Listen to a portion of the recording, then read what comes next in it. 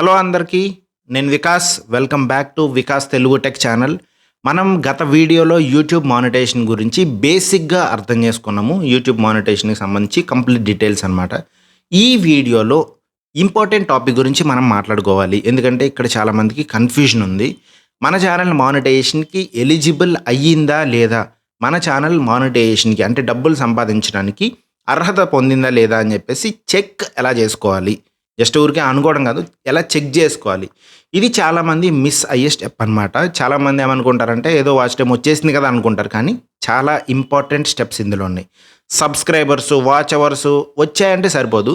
అవి సరైన విధంగా వచ్చాయా లేదా అనేది కూడా చాలా ఇంపార్టెంట్ అనమాట. సో స్టెప్ 1 ఏం చేయాలంటే మీరు యూట్యూబ్ స్టూడియోలో ఎలిజిబిలిటీ ఎలా చెక్ చేసుకోవాలనేది తెలుసుకోవాలి. ముందుగా మీరు చేయాల్సింది యూట్యూబ్ స్టూడియో అప్లికేషన్ ఓపెన్ చేయండి. లెఫ్ట్ సైడ్‌లో ఉన్న ఎర్న్ ట్యాబ్ ఆప్షన్ మీద మీరు క్లిక్ చేయండి. మీరు డెస్క్‌టాప్ వెర్షన్‌లో ఓపెన్ చేస్తే లెఫ్ట్ సైడ్‌లో ఉంటుంది. అప్లికేషన్ యాప్ ఓపెన్ చేస్తే ఫోన్‌లో మీకు కింద రైట్ సైడ్ ఉంటుందన్నమాట. ఎర్న్ ట్యాబ్ మీద మీరు క్లిక్ చేయండి. ఇక్కడ మాత్రమే మీ మానిటైజేషన్ ఎలిజిబిలిటీ మొత్తం కనిపిస్తుంది. వేరే ప్లేసెస్‌లో మీరు చూడొచ్చు. కాకపోతే అది మీకు క్లారిటీ ఇవ్వదు. ఇక్కడ ఉన్నది మాత్రమే క్లియర్‌గా కనిపిస్తదనమాట. ఇక్కడ మీకు 2 సెక్షన్స్ చూపిస్తది. ఒకటి ఎర్లీ మానిటైజేషన్ అంటే 500 సబ్స్క్రైబర్స్ అని చెప్పాను కదా! ఫస్ట్ స్టేజ్‌ది అది చూపిస్తుంది. సెకండ్‌ది 1000 సబ్స్క్రైబర్స్ ఫుల్ మానిటైజేషన్ అది కూడా చూపిస్తుందనమాట. సో ప్రతి సెక్షన్‌లో కూడా మీ ప్రోగ్రెస్ బార్ అనేది కనిపిస్తది. మీరు ఎంతవరకు వెళ్లారు? ఎంతమంది సబ్స్క్రైబర్లు వచ్చారు? లేదా వాచ్ టైమ్ ఎంత వచ్చింది? లేదా షార్ట్స్ వ్యూస్ ఎంత వచ్చాయని చెప్పి మీకు బార్ క్లియర్‌గా కనిపిస్తుంది. ఆ బ్లూ కలర్ బార్ కంప్లీట్ అయినప్పుడు మాత్రమే మీరు ఎలిజిబుల్ అన్నట్టు లెక్క అనమాట. ఇది ఇంకా మనం డీటెయిల్‌గా మాట్లాడదాము. ఫస్ట్ అక్కడ మీరు చెక్ చేసుకోవాలి. స్టెప్ 2లో అసలు ఈ వాచ్ అవర్స్ లేకపోతే షార్ట్స్‌కి వచ్చిన వ్యూస్ ఎలా కౌంట్ అవుతాయి? ఇక్కడ చాలామంది కన్‌ఫ్యూజ్ అవుతూ ఉంటారు. పబ్లిక్ వాచ్ అవర్స్ మాత్రమే కౌంట్ అవుతాయి గుర్తుపెట్టుకోండి. అంటే పబ్లిక్ వీడియోస్‌లో వచ్చిన వాచ్ టైమ్ మాత్రమే కౌంట్ చేస్తారు యూట్యూబ్ వాళ్ళు. ప్రైవేట్ వీడియోస్ గానీ, లేకపోతే డిలీటెడ్ వీడియోస్ గానీ, అన్‌లిస్టెడ్ వీడియోస్ గానీ వాటిల నుంచి వచ్చిన వాచ్ టైమ్ కౌంట్ అవ్వదు. ఇది మనకి లాంగ్ వీడియోస్‌లో వాచ్ టైమ్‌కి సంబంధించి ఇంపార్టెంట్ విషయం అనమాట. అదే షార్ట్స్‌లో విషయం అయితే ఇంకొక ఇంపార్టెంట్ విషయం ఉంది. షార్ట్స్‌కి 2 రకాల వ్యూస్ ఉంటాయి.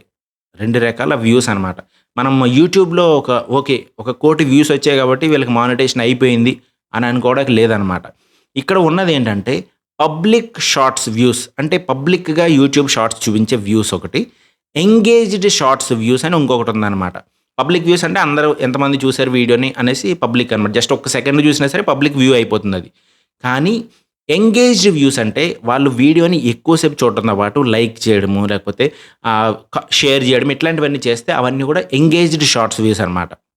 సో ఇక్కడ మానిటైజేషన్ కోసం కౌంట్ అయ్యేది వాలిడ్ ఎంగేజ్డ్ షార్ట్స్ వ్యూస్ మాత్రమే. అంటే ఎవరో స్క్రోల్ చేస్తూ జస్ట్ మనం షార్ట్స్ చూస్తూ ఉంటే మధ్యలో ఒక వీడియో వచ్చిందనుకోండి. ఒక సెకండ్ చూసారు మళ్ళీ స్వైప్ చేస్తారు. అది వ్యూ కింద మాత్రమే కన్సిడర్ అవుతుంది తప్ప ఎంగేజ్డ్ వ్యూ కింద కన్సిడర్ అవ్వదు. అంటే ఎంగేజ్డ్ వ్యూలో లెక్క పెట్టరు దాన్ని. సో అందుకే ఎప్పుడైనా సరే పబ్లిక్ వ్యూస్‌కి, ఎంగేజ్డ్ వ్యూస్‌కి చాలా తేడా ఉంటుందన్నమాట. ఒకవేళ మీది చాలా మంచి కంటెంట్ అనుకోండి, పబ్లిక్‌లో వచ్చిన వాళ్ళంతా కూడా ఎక్కువ సేపు చూస్తారు కాబట్టి పబ్లిక్ ఎంగేజ్డ్ దగ్గరగా ఉంటాయి. అలా కాకపోతే గనక చాలా డిఫరెన్స్ ఉంటదన్నమాట. దాదాపుగా సగంలో సగం కూడా ఉండొచ్చు. అంతకన్నా తక్కువ కూడా ఉండొచ్చు. సో ఇది ఎక్కడ చూడాలంటే యూట్యూబ్ స్టూడియోలో మీరు అనలిటిక్స్ ట్యాబ్‌లోకి వెళ్ళి అడ్వాన్స్డ్ మోడ్‌లోకి వెళ్ళి ఇక్కడ మీరు వాచ్ టైము, వ్యూస్, ఇంకా షార్ట్స్‌కి సంబంధించిన పెర్ఫార్మెన్సు, ఇంకా ఆడియన్స్‌కి సంబంధించిన ఎంగేజ్‌మెంట్, ఆడియన్స్ ఎంగేజ్ అయ్యారా లేదా అని చెప్పేసి ఎంగేజ్డ్ వ్యూస్ కూడా మనకి డీటెయిల్డ్‌గా చెక్ చేసుకోవచ్చు యూట్యూబ్ స్టూడియో అనలిటిక్స్‌లో. సో ఎప్పుడైనా సరే మనకి డాష్ బోర్డ్‌లో గానీ, లేకపోతే యూట్యూబ్ అప్లికేషన్‌లో గానీ ఎంత వాచ్ టైమ్ అయితే కనిపిస్తుందో అదంతా కూడా మనకి మానిటైజేషన్ ఎలిజిబిలిటీలో కౌంట్ అయిపోతుంది అని అనుకోకండి. సో దానికి వేరే ఉంది, దీనికి వేరే ఉంది. సింపుల్‌గా మీరు ఎర్న్ ట్యాబ్‌లో చెక్ చేసుకుంటే సరిపోతుందనమాట. నెక్స్ట్ స్టెప్ నెంబర్ 4 మీరు జాగ్రత్త పడాల్సిన విషయాలు కూడా ఉన్నాయి. మీరు మానిటైజేషన్ కరెక్ట్‌గా అవ్వాలి అంటే. మానిటైజేషన్‌కి ఎలిజిబుల్ అవ్వడం అంటే నంబర్స్ వస్తే సరిపోదు. ఏవో కొన్ని నంబర్లు వచ్చాయి, ఇంత వాచ్ టైమ్ వచ్చింది, ఇంత సబ్స్క్రైబర్లు వచ్చేసారు ఫైన్ అనుకుంటే సరిపోదనమాట. కంటెంట్ క్వాలిటీతో పాటు పాలసీస్ కూడా చాలా ఇంపార్టెంట్. జనరల్‌గా ఏం చేస్తాం, కంటెంట్ ఉంది కదా ఏదో ఒకటి 1,00,000 వ్యూస్ వెళ్ళిపోయాయి అయిపోయింది అనుకుంటాం. కానీ పాలసీస్ అనేవి చాలా చాలా ఇంపార్టెంట్ అనమాట. మీ ఛానల్‌లో ఉండకూడని విషయాలేంటో చెప్తాను చూడండి. రీయూజ్డ్ కంటెంట్ అంటే ఇతరుల వీడియోలని కాపీ చేయడం. ఏదో ఒక టెక్స్ట్ యాడ్ చేసాము, లేకపోతే ఒక ఫోటో చిన్నది యాడ్ చేసాము అంటే సరిపోదు. డైరెక్ట్‌గా కాపీ చేసినట్టు అవుతదనమాట అది. సెకండ్ వచ్చేసి ఇనాథెంటిక్ కంటెంట్. అంటే ఫేక్ గాని, మిస్‌లీడింగ్ కంటెంట్ గాని, ఇనాథెంటిక్ కంటెంట్ అనమాట. ఒరిజినల్ కంటెంట్ కాకుండా క్రియేట్ చేస్తే ఏఐతో మనం ఒక్కొక్కసారి క్రియేట్ చేసినవి ఇనాథెంటిక్ వచ్చే ఛాన్స్ ఉంది. Next రిపిటిటివ్ content.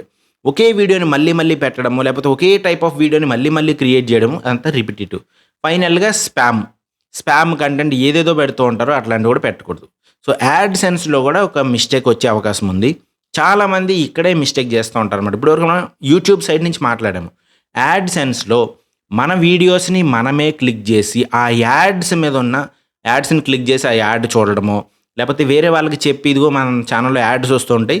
నువ్వు రెగ్యులర్‌గా యాడ్స్ వచ్చినప్పుడల్లా స్కిప్ చేయకుండా చూస్తా ఉండు. ప్రతిసారి చూస్తా ఉండు. కావాలని యాడ్స్ దగ్గరికెళ్ళి చూస్తా ఉండు అంటే అదంతా కూడా ఇన్‌వాలిడ్ క్లిక్ రేట్ అవుతుందనమాట. సో యూట్యూబ్ ఏం చేస్తుందంటే మానిటైజేషన్‌ని రిజెక్ట్ చేస్తుంది సెకండ్ స్టెప్‌లోనే. అండ్ యాడ్‌సెన్స్ డిజేబుల్ అయిపోయే అవకాశం కూడా ఉందనమాట. సో మానిటైజేషన్‌కి ఎలిజిబుల్ అవ్వడం అంటే జస్ట్ వాచ్ అవర్స్ రావడం మాత్రమే కాదు. అవి ఎలా వచ్చాయనేది కూడా చాలా చాలా ముఖ్యం. చాలా చాలా ఇంపార్టెంట్ అనమాట. సో మీరెప్పుడైనా అర్థం చేసుకోండి.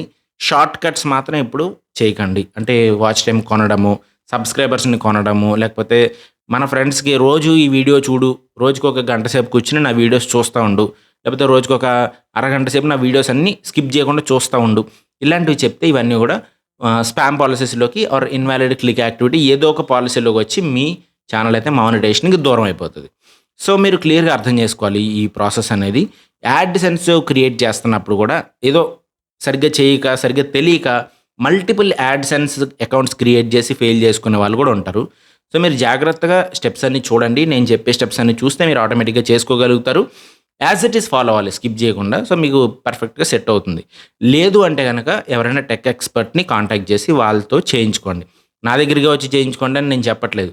కానీ మిస్టేక్ చేసిన తర్వాత కరెక్షన్ చేసుకోవడానికి చాలా ప్రాబ్లమాటిక్ అనమాట. చాలా కష్టమవుతది. ఒక్కొక్కసారి మిస్టేక్స్ కరెక్షన్ కూడా అవ్వవు. సో అందుకే మీరు ముందే జాగ్రత్త పడి మీరు వేరే వాళ్ళతో చేయించుకుంటే ఆఫ్‌కోర్స్ వాళ్ళ టైంకి మనం వాల్యూ ఇవ్వాలి కాబట్టి వాళ్ళు ఎంతో కొంత చార్జ్ చేస్తారు.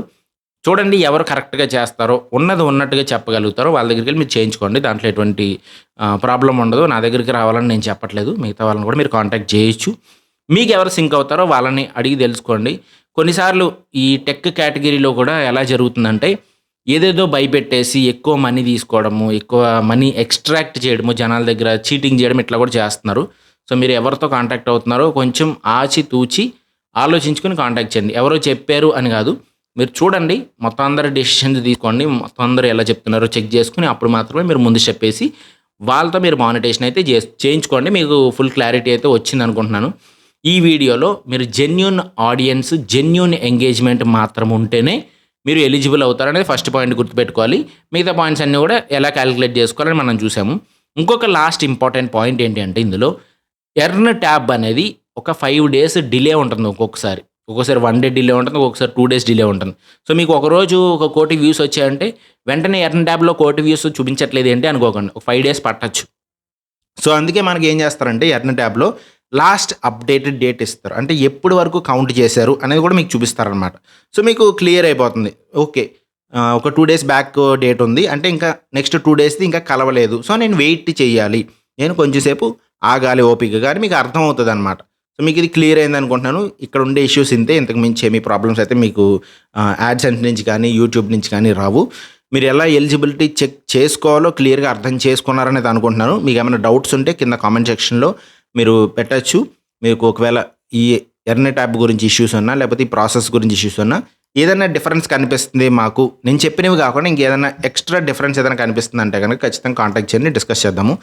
నెక్స్ట్ వీడియోలో మానిటైజేషన్ ప్రాసెస్‌కి ఎలా అప్లై చేయాలి? మీరు ఒకవేళ ఎలిజిబిలిటీ అయితే అంటే అర్హత సాధించారు. మీకు 1000 సబ్స్క్రైబర్సు లేకపోతే 500 సబ్స్క్రైబర్స్ వచ్చారు. మినీ మానిటైజేషన్ అవ్వచ్చు, ఫుల్ మానిటైజేషన్ అవ్వచ్చు. ఆ అప్రూవల్ ప్రాసెస్ ఎలా ఉంటుంది? మెయిల్ ఎలా వస్తుంది? అన్నీ కూడా నేను స్క్రీన్ రికార్డింగ్‌తో స్టెప్ బై స్టెప్ చూపిస్తాను.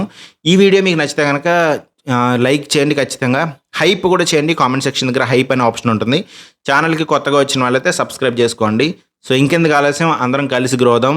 లాస్ట్ ఇంపార్టెంట్ పాయింట్ ఏంటంటే ఈ మానిటైజేషన్ రీచ్ అవ్వడం అనేది లాస్ట్ స్టెప్ కింద పెట్టుకుంటారు అందరూ. ఏదో రకంగా మానిటైజేషన్ రీచ్ అయిపోతే సరిపోతాం అనుకుంటారు. అలా ఎప్పుడు ఆలోచించకండి. ఈ ఓవరాల్ యూట్యూబ్ జర్నీలో మీరు ఎక్కడికో ప్లేస్‌కి వెళ్ళాలి. మీరు ఫర్ ఎగ్జాంపుల్ హైదరాబాద్‌కో వెళ్ళాలనుకోండి. మీ ఊరు నుంచి బస్ స్టాండ్‌కి వెళ్ళడం మాత్రమే మానిటైజేషన్ అనమాట. దాని తర్వాత పెద్ద జర్నీ ఉంటది. దాని తర్వాత బస్ ఎక్కిన తర్వాత ఆ బస్సు మిమ్మల్ని తీసుకెళ్తది కదా! అది పెద్ద జర్నీ అనమాట. మనం ఆ బస్ స్టాండ్ రీచ్ అవ్వడానికే ఇంత కష్టపడిపోతూ ఉంటే, తర్వాత ఆ బస్ జర్నీకో లేకపోతే అక్కడి నుంచి వెళ్ళడానికో ఫైనల్ కంప్లీట్ జర్నీ ఏదైతే ఉందో దాంట్లో మధ్యలో యాక్సిడెంట్స్ ఏమి అవ్వకుండా జాగ్రత్తగా వెళ్ళాలి. అట్లా ఉంటదనమాట. సో, మెయిన్ ప్రాసెస్ మానిటైజేషన్ అయిన తర్వాత. ఈ మానిటైజేషనే ఏదో రకంగా చేయించుకుందాము అని అనుకోకండి. సో, క్లియర్‌గా మానిటైజేషన్ తర్వాత నుంచి మీరు గ్రో అవ్వాలి. సో, అప్పుడే మాత్రమే మీకు ప్రతి నెల ఇంత పేమెంట్ అనేది వస్తదనమాట. లేదు మీరు సరిగ్గా చేయట్లేదు. మొత్తం ఏదో రకంగా మానిటైజేషన్ చేయించుకున్నారు. సరిగ్గా చేయట్లేదు. అప్పుడు 4 నెలలకొకసారి, 5 నెలలకొకసారి, సంవత్సరానికి ఒకసారి వచ్చేవాళ్ళు కూడా ఉన్నారు. 3, 4 సంవత్సరాలు అయిపోయినా కూడా ఫస్ట్ పేమెంట్ రాని వాళ్ళు కూడా ఉన్నారు. సో, మిస్టేక్స్ చేయకండి. మిస్టేక్స్ చేయడం వల్ల అలా మిగిలిపోతారనమాట. అండ్ మిస్టేక్స్ చేసినా సరే తర్వాత కూడా కవర్ చేసుకునే అవకాశం ఉంటుంది. కానీ టైం పడుతుంది. మళ్ళీ మన ఓపికకి, పేషెన్స్‌కి టెస్ట్ అనమాట అది. సో, కొన్నిసార్లు వర్కౌట్ అవ్వచ్చు. కొన్నిసార్లు వర్కౌట్ కూడా అవ్వకపోవచ్చు. సో, ముందు నుంచే మీరు ప్రాపర్‌గా ప్లాన్ చేసుకుంటే గ్యారంటీగా వర్క్ అవుతుంది. అది సింపుల్ అనమాట. ముందు నుంచే ప్లాన్ చేసుకోకుండా మీరు షార్ట్ కట్స్ ఫాలో చేస్తే తర్వాత మీ చేతుల్లో కూడా ఉండదు. లక్ మీద డిపెండ్ అవ్వాల్సిన అవకాశం ఉంటదనమాట.